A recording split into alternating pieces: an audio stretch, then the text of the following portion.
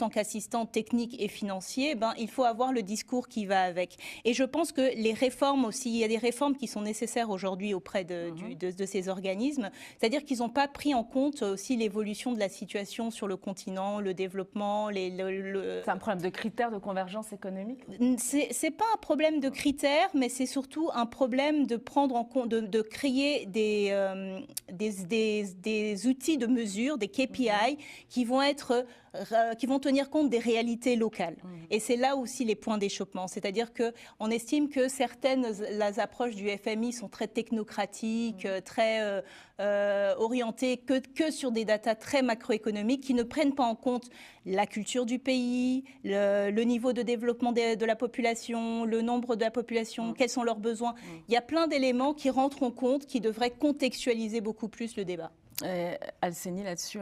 Oui, c'est vrai que c'est intéressant et comme je le dis souvent, en fait, le FMI, ils imposent des critères aux pays africains, notamment la logique du FMI, c'est une logique assez libérale. Disons d'une certaine manière, ils imposent justement à ces États de pouvoir, par exemple, avoir une dette publique à un certain niveau du PIB, de maîtriser des indicateurs comme l'inflation. Et parfois, les pays africains sont dans une situation telle que parfois rembourser la dette avec des intérêts, parfois c'est tellement compliqué pour eux de maîtriser l'inflation à 3-4%.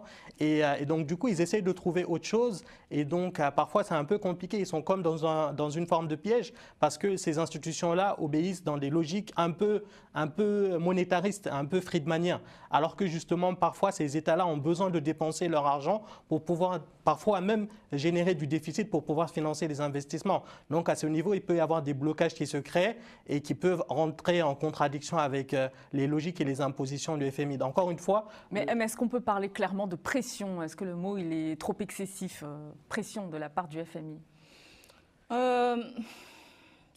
C'est difficile à dire. Moi, je n'utiliserais pas le mot pression parce que justement, si les États le perçoivent comme de la pression, et on est sur des questions de responsabilité, c'est-à-dire que à quel moment vous êtes souverain si vous laissez l'extérieur vous mettre justement de la pression.